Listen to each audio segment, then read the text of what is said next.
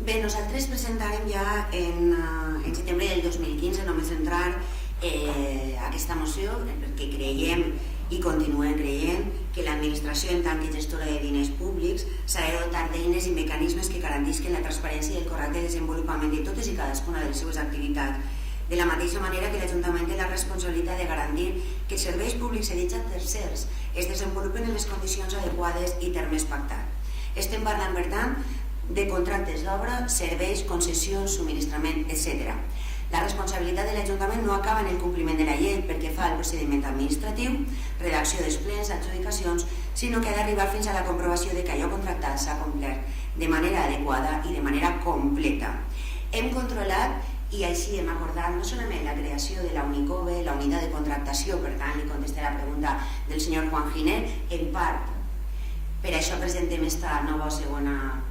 moció. En part, evidentment, s'ha creat la UNICOBE, la unitat de contractació, estem molt satisfets de tot el procediment previ que se fa,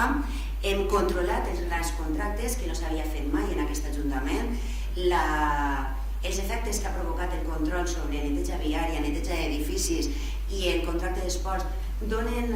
raó de que era importantíssim tindre un control sobre els contractes perquè evidentment això ens ha dotat d'eines per a millorar en la nostra gestió, però entenem que encara falten en alguns tipus de contractes aquest tipus de control. Posaré uns breus exemples. És veritat que quan s'acaba una obra existeix sempre un acord de recepció d'aquesta obra, però la realitat és que moltes vegades la finalització d'aquesta obra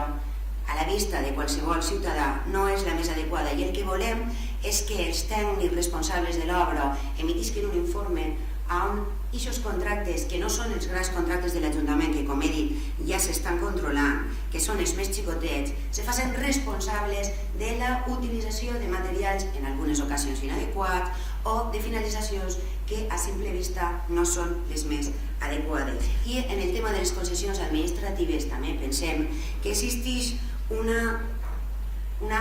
falta d'aquests informes que tots es van comprometre a dotar-nos.